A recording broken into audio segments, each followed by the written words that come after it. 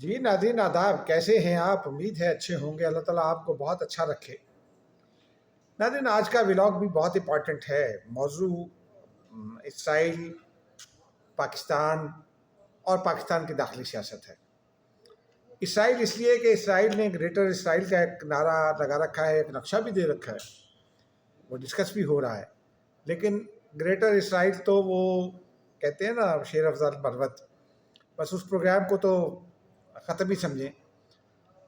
وہ اب ناکامی سے دو چار ہونا اس کا مقدر ہے، اور گریٹر پاکستان جو ہے نا اس کی باتیں بھی ہو رہی ہیں۔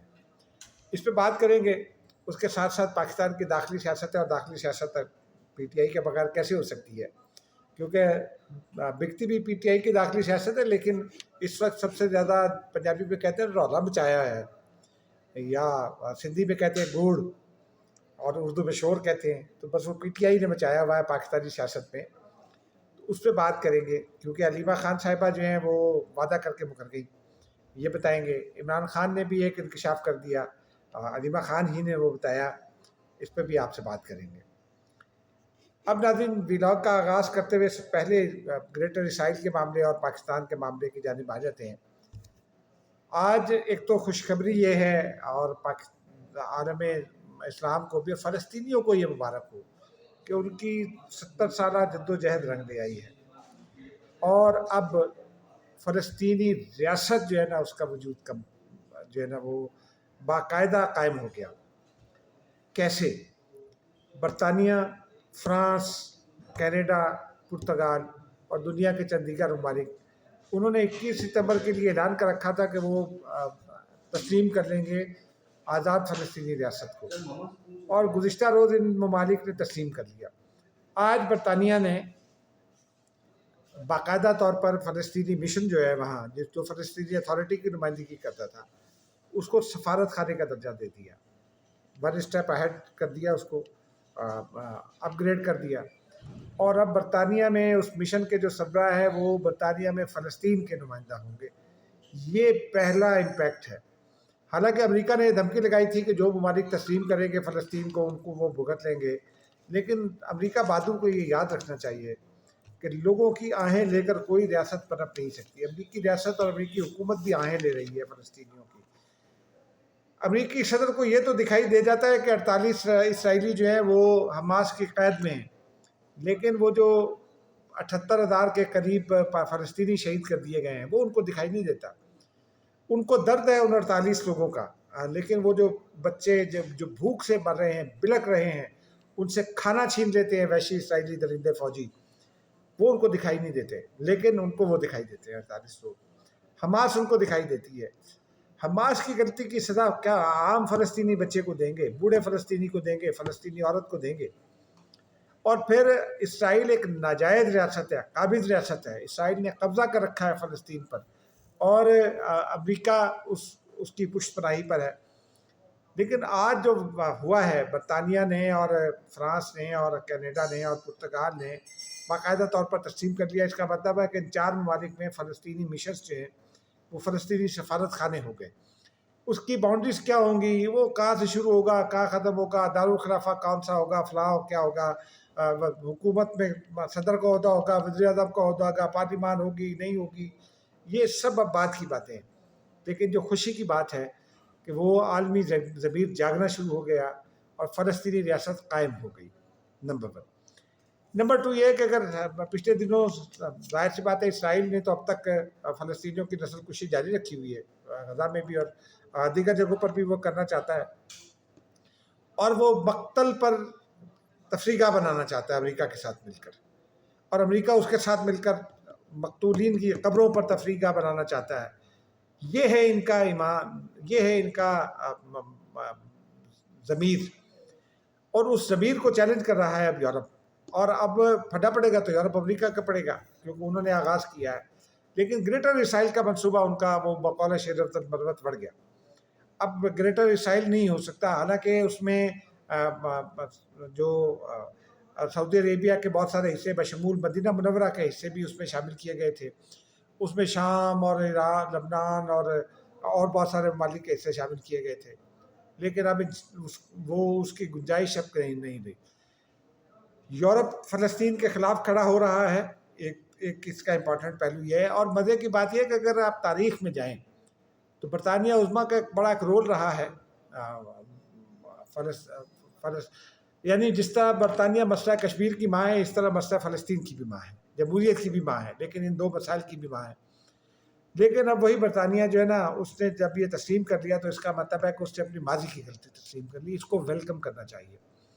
گریٹر اسرائیل کے منصوبے کی اگر بات کریں تو پاکستان ہی اس کی وجہ بنا ہے اس کے خاتمے کی۔ اس کی وجہ یہ ہے کہ پاکستان سے تو وہ خائف ہے، لیکن یہ جو سعودی عربیہ کے ساتھ پاکستان کا معاہدہ ہوا ہے، اس کا جو پولیٹیکل امپیکٹ ہے، وہ جو اس کی ڈائریکشن جو ہے وہ نہیں ہے جو لوگ بتا رہے ہیں۔ اس کی نیوکلیر ڈائریکشن، نیوکلیر تو دیکھیے نا، دنیا کے کسی بھی ملک میں نیوکلیر لاسٹ ریزورٹ ہے، آپشن سے بھی آگے کی بات ہے۔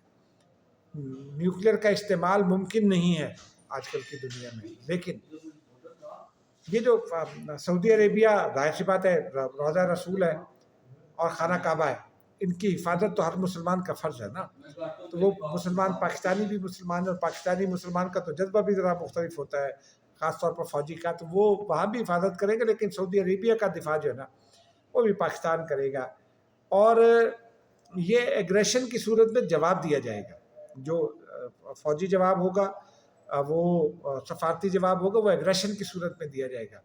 نیوکلیئر کی صورت میں جواب اگر دینا ہوتا تو یہ ابھی اسلامی دنیا مل کر دے دیتی نا، ایسا بالکل کوئی، وہ ٹھیک ہے ایک ہوا اسرائیل پر کھڑا ہے، لیکن یہ جو معاہدہ ہے یہ سعودی عربیہ کے دفاع کے لیے، اور پاکستان کے لیے اس کی اہمیت یہ کہ یہ انڈین ڈائریکٹڈ ہے۔ اگین میں آپ کو بتا رہا ہوں، میں پالیسی میکر سے بات کرنے کے بعد، ان سے تفصیلی بحث کرنے کے بعد جو میں نے نتیجہ اخذ کیا ہے وہ میں آپ تک پہنچا رہا ہوں کہ یہ ہمارے لیے یہ انڈیا ڈائریکٹڈ ہے، یعنی یہ انڈیا سینٹرک ہے۔ یعنی اگر بھارت نے کوئی بھی گڑبڑ کرنے کی کوشش کی تو پھر ہم اب اس مرتبہ انتظار نہیں کریں گے دنیا کے ساتھ مذاکرات کا یا دنیا کی کالز کا۔ پہلے کی طرح 10 مئی کو جیسے ہم نے جواب دیا، وہ 7 مئی کو ہوا تھا، ہم نے ذمہ داری کا مظاہرہ کیا اور دنیا کالز کر رہی تھی تو ہم ان کی بات سن رہے تھے، لیکن اب ہم دنیا کی بات نہیں سنیں گے، ہم بھارت کو اس کا جواب دیں گے، منہ توڑ جواب۔ جہاں تک گریٹر اسرائیل کی بات ہے تو یہی منصوبہ، چونکہ پاکستان اب گریٹر پاکستان کی جانب، پاکستان کی عالمی ریپوٹیشن کے تناظر میں جا رہا ہے۔ حال ہی میں پاکستان نے ایران کے لیے جو کردار ادا کیا، ایرانی پارلیمان میں اس کے نعرے لگے، پھر سعودی عربیہ کے ساتھ یہ معاہدہ، اس معاہدے میں اور ممالک شامل ہونا چاہتے ہیں، عراق بھی شامل ہونا چاہتا ہے، بنگلہ دیش شامل ہونا چاہتا ہے، UAE اور قطر کے بھی نام لیے جا رہے ہیں، اور مصر کا بھی نام سامنے آ رہا ہے۔ یہ بھی تفصیل، یہ ابھی صرف گفتگو ہے، لیکن یہ جب مٹیریلائز ہوگی، اس میں خاص بات یہ ہے کہ پاکستان میں تمام جو across the board political parties ہیں، اکراس دی بورڈ تمام پارٹیز نے تسلیم کر لیا۔ آج علیمہ خان نے عمران خان کا میسج دیا ہے، انہوں نے کہا کہ جی یہ بڑا خوشائن معاہدہ ہے، تو یہ سب سے بڑی بات ہے کہ پاکستان میں اس کے اوپر یکجہتی ہے، یہ بڑی کامیابی ہے پاکستان کی، اور پاکستان کو اس سے بوسٹ ملے گا پاکستان کی انٹرنیشنل پوزیشن کو، اور پاکستان کی انٹرنیشنل پوزیشن کو جہاں بوسٹ ملے گا وہاں اسی تناظر میں گریٹر پاکستان کی باتیں ہو رہی ہیں، کیونکہ پاکستان کا جو جذبہ ہے پاکستانیوں کا، لیکن جو مہارت ہے جواب دینے کی، جس کا مظاہرہ ہم نے 10 مئی کو کیا، اور اب انشاءاللہ اس مہارت میں ہم اضافہ بھی کر رہے ہیں، تو وہ اضافہ جو ہے وہ اگلے دنوں میں لوگ دیکھیں گے کہ ہم نے اپنی مہارت کو کئی گنا بڑھایا ہے، یہ اسکلز کو کئی گنا بڑھایا ہے، اور یہ اسکلز اب ہم باقی اسلامی دنیا میں بھی ٹرانسفر کریں گے، یہ اسکلز ٹرانسفر کریں گے کہ جواب دشمن کو دینا ہو تو کیسے دیتے ہیں بغیر کسی نیوکلیئر کے، یہ بنیادی بات ہے۔ اب آ جاتے ہیں ناظرین ذرا ڈومیسٹک سچویشن کی جانب، کیونکہ گریٹر پاکستان جو ہے نا وہ اس وقت عالمی سطح پر تو پاکستان کی اس کی باتیں ہونا شروع ہو گئی ہیں، ڈومیسٹکلی بھی ہمیں اس کا چیزیں ابھی ہیں جو ریزالو کرنے باقی ہیں۔ اب اس میں آج علیمہ خان صاحبہ نے ایک بڑی جو ہے وہ سگنیفیکنٹ گفتگو کی ہے، لیکن اس سے پہلے آج عمران خان کا کیس تھا، تو عمران خان کے کیس کے حوالے سے آپ کو بتا دیں کہ اب تک اس کیس کی توشہ خانہ 2 کیس کی 74 جو ہے وہ سماعتیں ہوئی ہیں، ان میں وہ سماعتیں بھی شامل ہیں جو جب سماعت مقرر ہو جاتی تھی اور کسی وجہ سے منسوخ کرنا پڑتی تھی تو منسوخ کرنے کے لیے جو اسلام آباد میں سماعت ہوتی تھی وہ بھی اس میں شامل ہے۔ دوسرا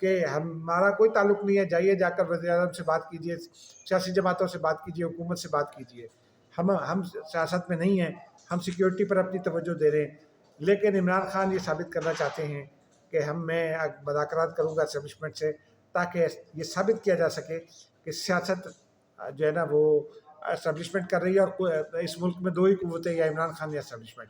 خان صاحب ایسا نہیں ہے، سیاستدانوں سے مذاکرات مثال کے جمہوریت راستہ فراہم کرتا ہے، سیاستدانوں سے سیاسی مذاکرات ہی ان تمام مسائل کا حل تلاش کرنے میں مدد دے گی۔